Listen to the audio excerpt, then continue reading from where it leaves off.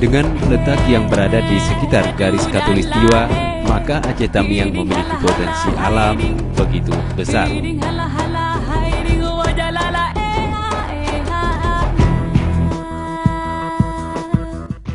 Salah satunya adalah potensi alam Pulau Pinyung yang saat ini belum dilirik untuk dikembangkan.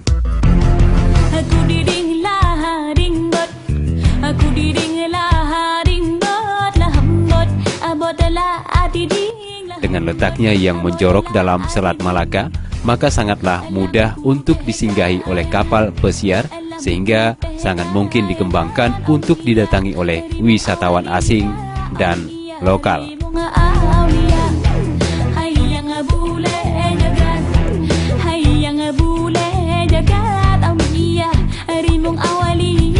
Pulau ini juga menyimpan sejuta pesona akan wisata bahari.